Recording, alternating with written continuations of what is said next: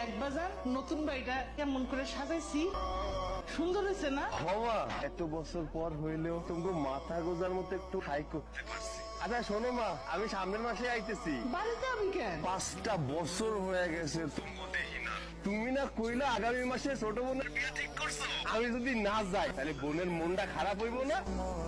তুই এটি কি কইতাছ? সামনে তোর বোনের বিয়া, কত খরচা তোর আইতে যেতে খরচ আছে না? তোর এখন আশা রাখবো না, তুই এক কাম করিস, ভিডিও কলে বোনের বিয়া দেখিস।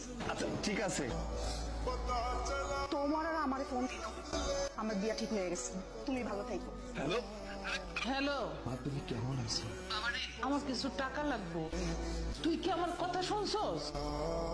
হ্যাঁ মা, কত টাকা লাগবে? 40,000 টাকা। ঠিক আছে, আমি টাকা পাঠাই দিব না।